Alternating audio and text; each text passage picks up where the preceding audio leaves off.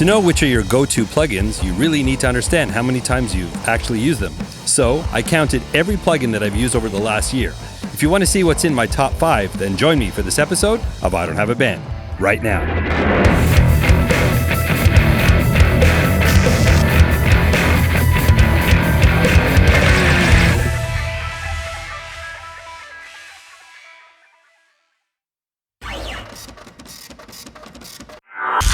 Hey there, I'm Dan, the self-proclaimed Lonely Rocker. Welcome to this episode of I Don't Have a Band. And check me rocking, or shall I say, lonely rocking the new Lonely Rocker t-shirts. Not sure what I'm doing with these yet. They're not officially available. Might have some giveaways. We'll see what's going to happen. But if you have any interest in these, they come in all sorts of colors. Just let me know in the comments. Anyways, on this video, I'm going to be covering the top 5 plugins that I actually use. I gave thought to doing a video like this for a little while and came up with a little system that I think will make this interesting. There's one thing to say you have a favorite plugin or a go-to plugin, but what I actually did is I went through all of the projects that I mixed over the last year, and these are video mixes. For example, for this series, I Don't Have a Band, plus I have the Lonely Rockers Journal and my new questions, comments, concerns, plus the music projects that I do. In total, we're looking at about 55 mixes that I've done over the last year. I've gone into every project and I counted all of the plugins and tallied up the results to see which plugins I've actually been using the most. Now, important to note, this video is not sponsored. It's not influenced by any freebies. These are actual plugins that I've been using throughout my different projects. So that's important to note. Another thing in giving consideration to the top 5 list is that plugins that just sit on a master bus, for example, a master bus compressor, it's not really fair competition for a plugin that will show up across all different tracks. So what I've done in the list of 5, I've reserved one spot for a master bus plugin, and I've reserved another one spot for a plugin that typically would show up on a bus, for example, a reverb. If you're taking, let's say, a bunch of guitar tracks and sending it to one reverb instead of having multiple instances of a reverb, I didn't think that was fair either, so I reserved one spot for a bus plugin, and the remaining 3 spots are for general use plugins. In doing this exercise, I realized I've learned a lot about plugins and how to use plugins and things like that, and there's sort of a moral to this story, and I'm going to share that thought at the end of the video. Until then, let's jump in and check out the top 5 plugins that I actually use. The first plugin on my list is Neutron Advance from iZotope. Neutron 3 Advance is a comprehensive suite of mixing tools that's designed for speed. The main plugin contains a host of mixing and shaping tools, and the visual mixer delivers a modern way of mixing audio. I admittedly don't use this feature to its full potential. When I mix music, I tend to lean on more traditional mixing. But where Neutron 3 really shines for me is on projects that I need to get done quickly. The track assistant gets the foundation of the track set up in seconds and lets me push through a project super quick. All of my YouTube episodes are mixed with multiple instances of Neutron 3, which is why this plugin made my top 5 list. Next, let's take a look at the master bus. I've got a virtual tie between 2 plugins. We've got the BX Townhouse Bus Compressor from Plugin Alliance and Ozone Advance from iZotope. The Brainworks Townhouse Bus Compressor is a model of a one-off bus compressor developed by Townhouse studio engineers with SSL components. Similar to the SSL G bus compressor, the plugin offers features not available in the hardware unit, like sidechain and dry wet mix. It's a smooth compressor that adds very pleasing analog-style color. This plugin has made its way into virtually all of my projects. And Ozone Advance from iZotope is another comprehensive suite of plugins built for versatility and speed.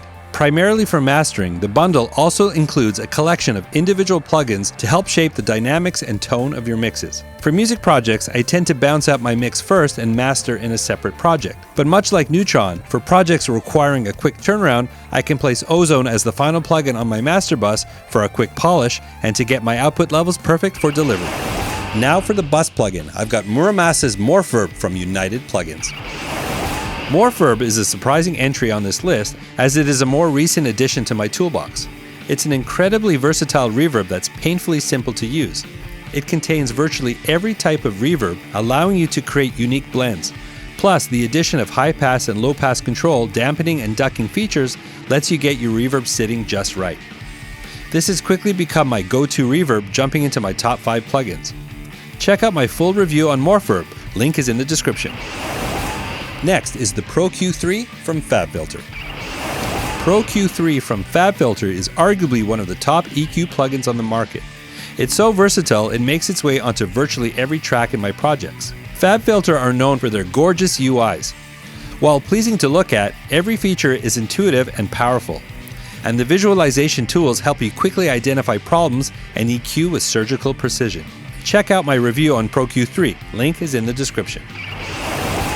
And rounding out the top 5 plugins that I actually use is the F6 Dynamic EQ from Waves. The F6 was my go-to EQ before I got the Pro Q3.